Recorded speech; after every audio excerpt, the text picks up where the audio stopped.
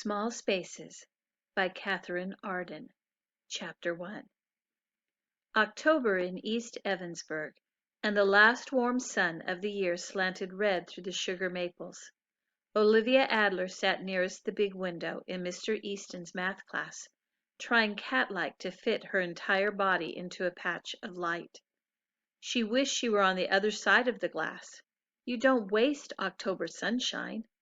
Soon the old autumn sun would bed down in cloud blankets, and there would be weeks of gray rain before it finally decided to snow. But Mr. Easton was teaching fractions, and had no sympathy for Olivia's fidgets. "Now," he said from the front of the room. His chalk squeaked on the board.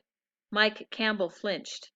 Mike Campbell got the shivers from squeaking chalkboards, and, for some reason, from people licking paper napkins.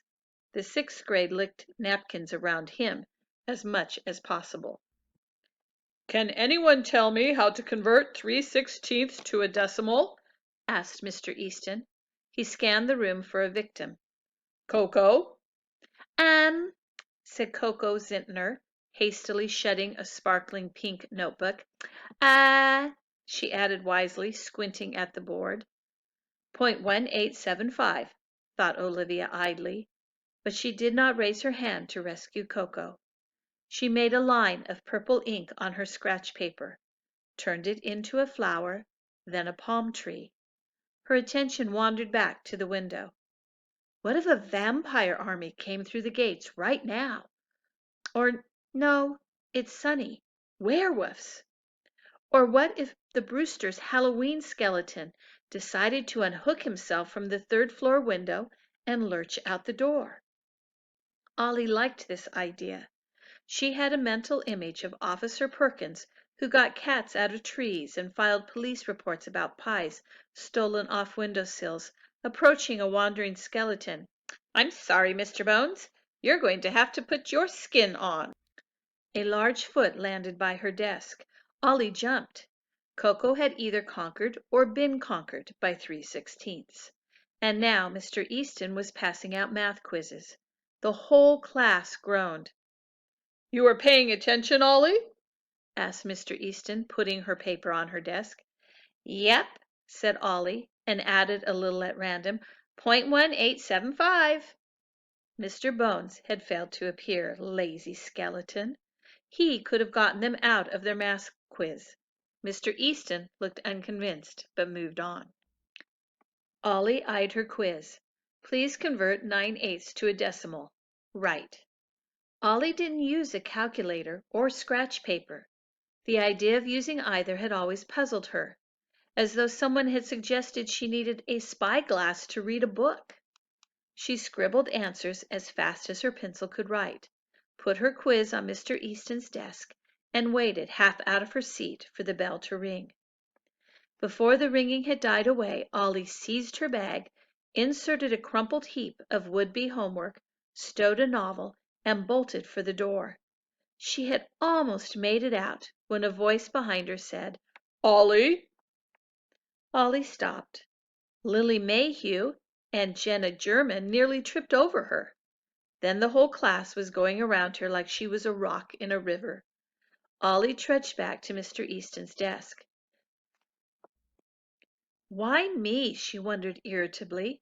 Phil Greenblatt had spent the last hour picking his nose and sticking boogers onto the seat in front of him. Lily had hacked her big sister's phone and screenshotted some texts Annabelle sent her boyfriend. The sixth grade had been giggling over them all day, and Mr. Easton wanted to talk to her? Ollie stopped in front of the teacher's desk. "Yes, I turned in my quiz and everything, so—" Mr. Easton had a wide mouth and a large nose that drooped over his upper lip. A neatly trimmed mustache took up the teeny bits of space remaining. Usually he looked like a friendly walrus. Now he looked impatient. "Your quiz is letter perfect, as you know, Ollie," he said. "No complaints on that score." Ollie knew that. She waited. "You should be doing 8th grade math," Mr. Easton said. "At least." "No," said Ollie. Mr. Easton looked sympathetic now, as though he knew why she didn't want to do 8th grade math. He probably did. Ollie had him for homeroom and life sciences as well as math. Ollie did not mind impatient teachers, but she did not like sympathy face. She crossed her arms. Mr. Easton hastily changed the subject. Actually, I wanted to talk to you about chess club. We're missing you this fall. The other kids, really appreciated that you took the time to work with them on their opening gambits last year. And there's the interscholastic tournament coming up soon, so he went on about chess club. Ollie bit her tongue. She wanted to go outside. She wanted to ride her bike, and she didn't want to rejoin chess club. When Mr. Easton finally came to a stop, she said, not quite meeting his eyes, "I'll send the club some links about opening gambits. Super helpful. They'll work fine. Tell everyone I'm sorry." He sighed. "Well, it's your decision. But if you were to change your mind, we'd love—" "Yeah," said Ollie. I'll think about it." Hastily she added, "Gotta run. Have a good day. Bye." She was out the door before Mr. Easton could object, but she could feel him watching her go. Past the green lockers, 36 on each side, down the hall that always smelled like bleach and old sandwiches, out the double doors and onto the front lawn. All around was bright sun and cool air shaking golden trees. Fall in East Evansburg. Ollie took a glad breath. She was going to ride her bike down along the creek as far and as fast as she could go. Maybe she'd jump in the water. The creek wasn't that cold. She would go home at dusk. Sunset at 5:58. She had lots of time. Her dad would be mad that she got home late, but he was always worrying about something. Ollie could take care of herself. Her bike was a Schwinn, plum-colored. She had locked it neatly to the space nearest the gate. No one in Evansburg would steal your bike, probably, but Ollie loved hers, and sometimes people would prank you by stealing your wheels and hiding them.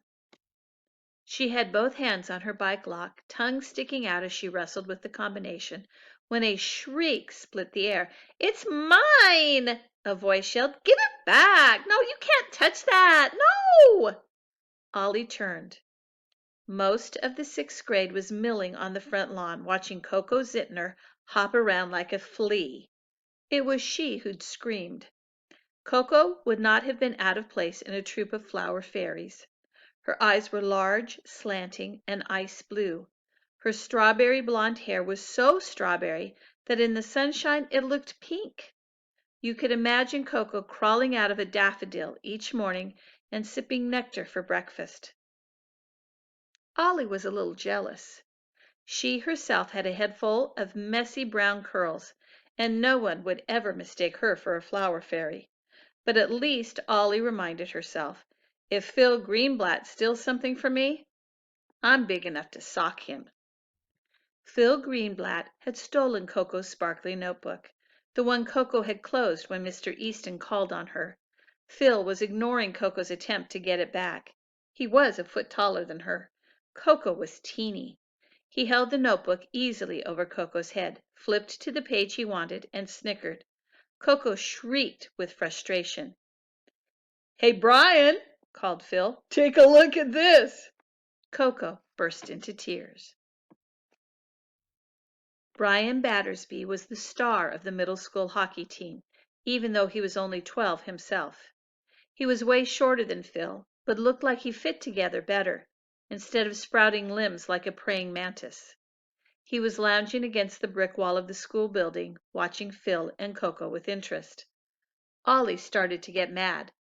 No one liked Coco much, but she had just moved from the city and her squeaky enthusiasm annoyed everyone.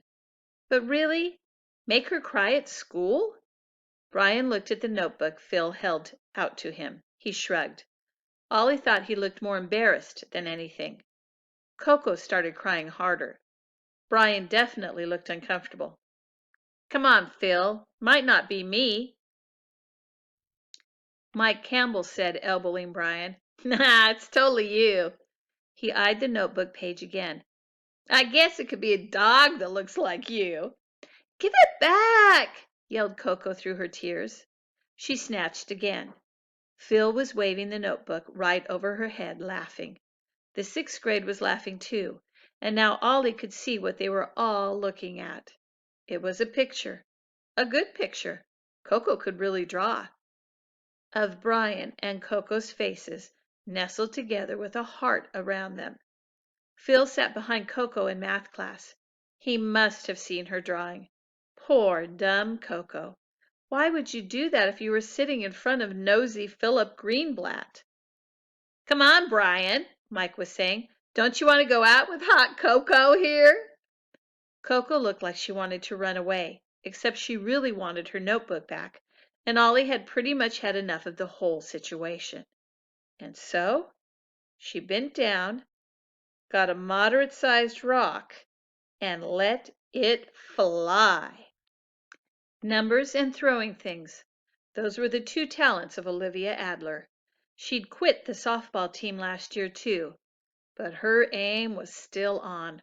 Her rock caught Brian squarely in the back of the head, dropped him thump onto the grass, and turned everyone's attention from Coco Zintner to her.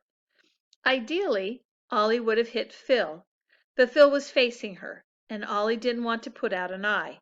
Besides, she didn't have a lot of sympathy for Brian. He knew perfectly well that he was best at hockey, and half the girls giggled about him, and he wasn't coming to Coco's rescue, even though he'd more or less gotten her into this with his dumb friends and his dumb, charming smile. Ollie crossed her arms, thought in her mom's voice, "Well, in for a penny," hefted another rock, and said, "Oops, my hand slipped." The entire sixth grade was staring. The kids in front started backing away. A lot of them thought she had cracked since last year. Seriously, guys, she said, doesn't anyone have anything better to do? Coco Zintner took advantage of Phil's distraction to snatch her notebook back. She gave Ollie a long look and darted away. Ollie thought, I'm going to have detention for a year. And then Brian got up, spitting out dirt, and said, That was a pretty good throw. The noise began. Mrs. Mountain, that day's lawn monitor, finally noticed the commotion. Now, she said, hurrying over. Now. Mrs. Mountain was the librarian, and she was not the best lawn monitor. Ollie decided that she wasn't going to say sorry or anything.